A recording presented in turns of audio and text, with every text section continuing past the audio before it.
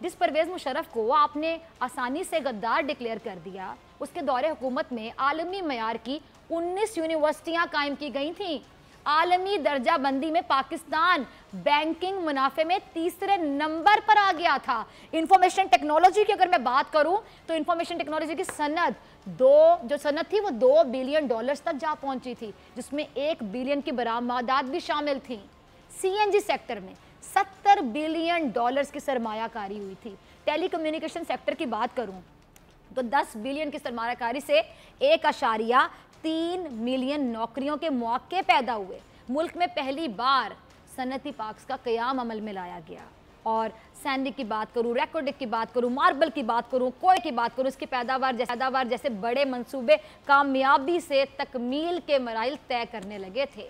और आगे हम जरा थोड़ा चलें तो फॉरेन रिजर्व की बात करूं तो $700 मिलियन से बढ़कर $17 बिलियन तक पहुंच गए थे। कराची स्टॉक मार्केट 700 पॉइंट से बढ़कर 15,000 पॉइंट्स तक जा पहुंची थी। शरह ख्वानदगी की बात करूं तो 11% बेहतर हुई, गुर्बत 10% कम हुई। और अगर मैं मजीद आगे आपके साथ शेयर करना चाहूं कि 4 डैम्स भी मुल्क में बनाए उन्होंने, 7 मोटरवेज बनाई, गवादर जैसी जदीद बंदरगाह बनाई गई, महसूलात की वसूली में 100% तकरीबन $1 ट्रिलियन इजाफा देखने में आया। सनती शोबे की अगर बात करूं, सनती शोबे में इजाफा हुआ। चीन और भारत के बाद पाकिस्तानी मईशत तेजी से बढ़ने वाली तीसरी मईशत बन गई थी। Institute of space and technology का क़याम अमल में लाया गया, वर्चुअल यूनिवर्सिटी का क़याम, 4 सदा यूनिवर्सिटी का क़याम, यूनिवर्सिटी ऑफ गुजरात का क़याम, मालाकंद यूनिवर्सिटी का क़याम, कपड़े की बरामदात $11 बिलियन, गैर मुल्की सरमायाकारी $8 रही। ये कैसी गद्दारी की तारीफ बताई गई इस मुल्क में? ये कैसा गद्दार था जो इतना फ़ायदा दे गया इस मुल्क को? ये कैसी तारीफ बताई गई गद्दारी की जिस पर मुझ समेत यकीन जानिए हर आदमी हैरान है और परेशान है, पशेमान है। देखिए ज़रा। अदालती फैसले को मैं इस लिहाज से समझता हूँ कि बहुत जल्दी कर दी फैसला करने में। अदालत का फैसला अगर सही होता तो आज यहाँ पे प्रोटेस्ट भी नहीं होता और हम लोग प्रेस कॉन्फ्रेंस भी नहीं करते और ना उनके हक में बाहर निकलते। गद्दार वो था जो मेमोगेट स्कैंडल का। गद्दार वो है जो डॉन लीग का है, वो गद्दार हो सकता है। परवेज़ मुशर्रफ हरगिज़ गद्दार नहीं हो सकते। हमारी नज़र में ये गलत फैसला है।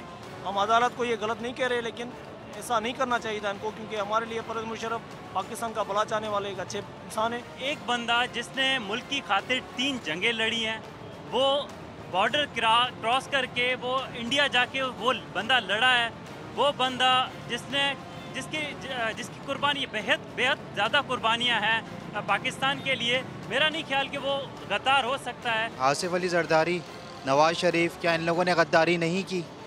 आज अदालत उनके लिए क्या मेयार इस्तेमाल कर रही है? कल फरियाल तारपुर को छोड़ दिया, इससे पहले जरदारी को छोड़ दिया, आगा सिराज दुरानी को छोड़ा।